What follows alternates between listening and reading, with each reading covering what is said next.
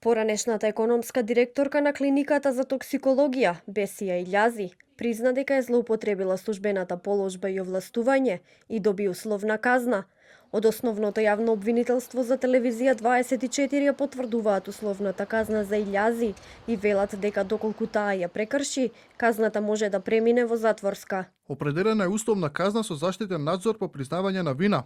Доколку обвинетата не се придржува до одредбите на судот, казната може да премине во затворска. Дополнително, од клиниката за токсикологија, од неа ќе бараат и надоместок на штета, која ќе се утврди преку судска постапка. Инаку Илјази е обвинета за злоупотреба на службена положба и овластување.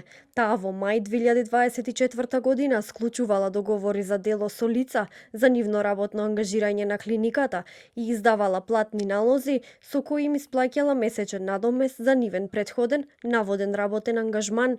На списокот додавала и лица со кои воопшто не бил склучен договор за дело и на кои исто така им се исплаќал надомест за наводно извршени работи.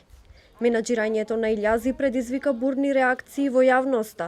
Иако таа одбиваше да се повлече, сепак на крај министерот за здравство Арбен Таравари ја разреши од функцијата.